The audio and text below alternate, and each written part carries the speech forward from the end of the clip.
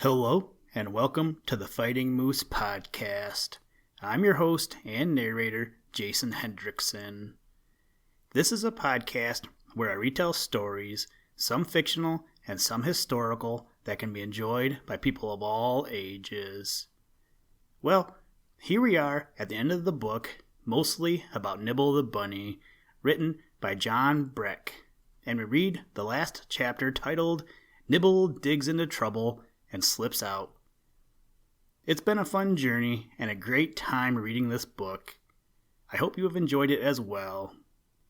What I will do after I release this episode is I will compile all the stories into one large file and release that as an audiobook, so if you want to listen to the whole story at a later time, you can do that.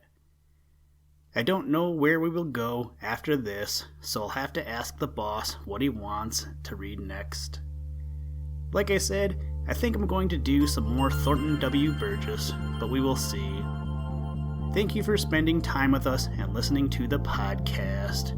Your patronage is greatly appreciated. Now, let's turn to today's story. I hope you enjoy. Let's begin.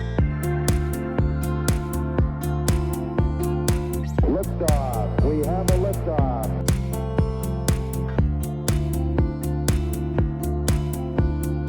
We choose to go to the moon in this decade and do the other things, not because they are easy, but because they are hard.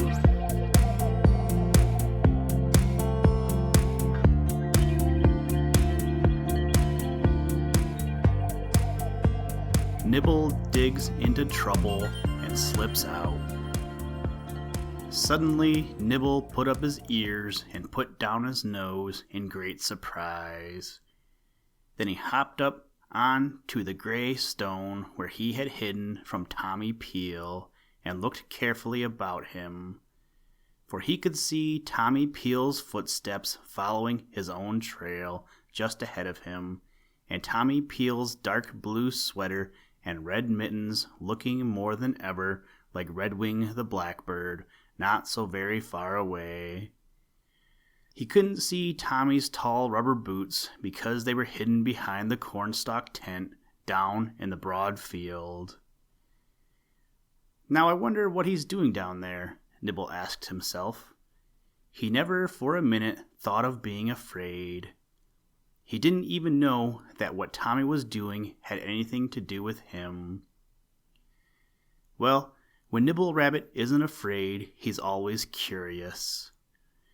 He made a triangle or two of his tracks because he meant to be awfully careful about this man, as he called Tommy, and crept up behind him. And what do you think Tommy was doing? He was making a figure 4 trap. He took a soapbox and balanced it on top of 3 little sticks. One was a bait stick. He had speared it through a fine fat carrot, and when he got them all fitted together, he took a handful of wheat out of his pocket and spread it under the box. Anyone could eat the wheat, but the box would come down blam on the first fellow who touched that carrot. Only it wouldn't hurt him. He'd just be caught in there under the soapbox until Tommy came and took him out. That is, unless he could dig under the edge of it. But that isn't what happened to Nibble. Oh no. For before he ever reached it, there were 3 little mice in it. They were the very same mice Nibble had invited to that very same cornstalk tent on the night of his storm party. The lady mouse hopped up on that bait stick and, blam! Down came the soapbox. But of course, that didn't bother the mice at all. They felt safer in the dark, and it was warm and comfortable after the box shut the wind out. Nibble came leaping up. "Are you hurt?" he called. "No," answered the mice all at once. "It's perfectly lovely in here." And the lady mouse added, "We found the loveliest root I ever set tooth to. I think it must be some of that water chinquapin Dr. Muskrat gave you. Do come and help us eat it." So Nibble Rabbit's busy little feet found a crack in the crust and made the snow fly. Scritch-scratch went his claws. "Hurry up," called his mouse friends who were inside. "We've eaten up half of this lovely root already." They were perfectly willing to give him his share if he could only get in with them to eat it, and he was doing his very best. Crunch, crunch, nibble, nibble, nibble went their busy teeth. They didn't mean to be selfish, but a mouse is such a hungry little thing it just can't wait for anyone. Now Tommy Peel had heard the blam when his trap was sprung. So he came hurrying back as fast as ever he could in his tall rubber boots. He was making all manner of noise, but nobody heard him. For Nibble already had his head under the trap. His sprawly legs were spread out to get a good grip on the snow, and even his puffy tail seemed trying to help him as he squirmed into it. And didn't Tommy Peel laugh when he saw that? Who ever heard of anything so foolish as digging into a trap? "Here," said the Lady Mouse, remembering how she had eaten Nibble's corn in the little cornstalk tent. "You'll find the heart is the sweetest." And soon the juice was dripping from Nibble's busy little jaws. "It isn't water chinquapin," he found time to say, "but it's quite as good, and this place seems nice and safe. I don't think even Silvertip the Fox could catch us." "Hush," said the Mouse. "I think I hear that awful beast every time you speak of him." But Nibble was too busy making up for the lost time even to listen. Up crept Tommy Peel with his eyes on the place where Nibble crawled in. At last he got his hand over it, then he hit the box on the other side. Then didn't those foolish little beasts who were feasting on his carrot sit up and listen? And didn't they start to run? But there wasn't any place to run to, for Nibble finally found his hole with Tommy Peel's red mitten in it, and his poor little heart began to beat like mad. "Mice," he whispered, "it's that man." So they huddled up into a miserable little heap in the very middle of that soapbox and waited, and Tommy waited too. But they kept so very still, he said to himself, "I wonder if that bunny's got out on the other side." So he looked all around, and of course he saw there were no fresh tracks in the snow.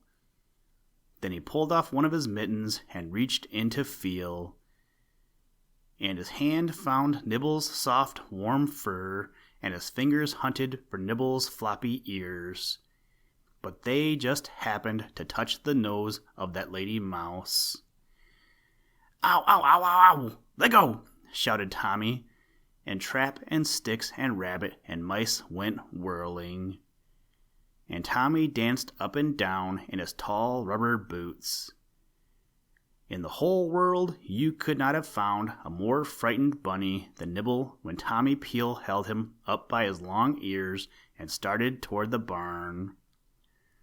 I wish I could tell you right now what happened to him then, but bless me, so many things happened that this book simply will not hold them. It is all written down, though, and if you want to know how he made friends with the red cow, and how he learned about Tad Coon, and how he learned about many other things, you can read about every bit of it in the other books about Nibble and his friends, 'cause that Lady Mouse had bitten him.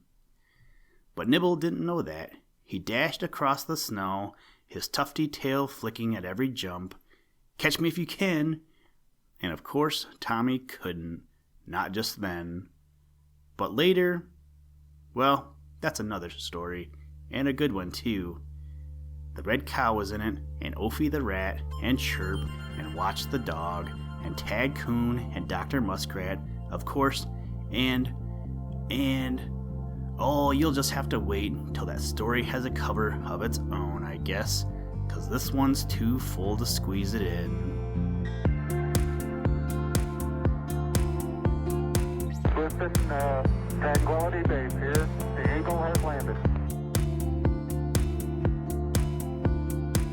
One small step for man, one giant leap for mankind.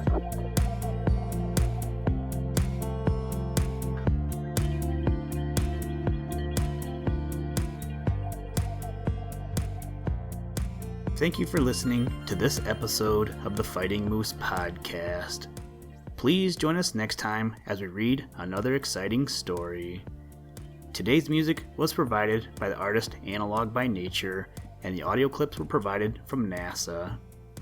For more information to download and or listen to audio or materials from all our recordings, or to contact us, please visit www.thefightingmoose.com, or you can follow the links in the show notes. If you enjoy the podcast, please leave us a review wherever you get your podcast or on iTunes, and tell a friend. Thank you for your patronage, and as always, try and do a random act of kindness every day. Mission complete, Houston. After serving the world for over 30 years, the space shuttle turned its place in history and it's come to a final stop.